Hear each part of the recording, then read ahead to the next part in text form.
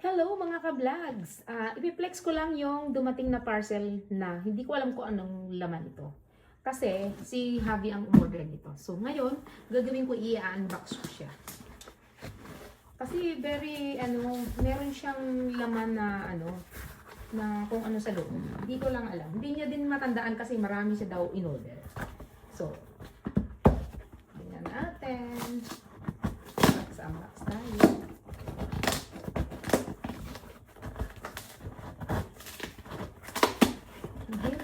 Tsaka very siya, napaka-protected nung box.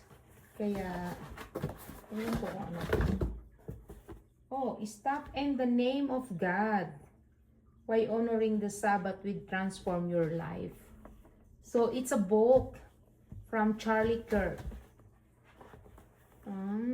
Do you know who's Charlie Kirk? This is the Stop in the Name of God. Okay. This book is really good. Okay guys, yan.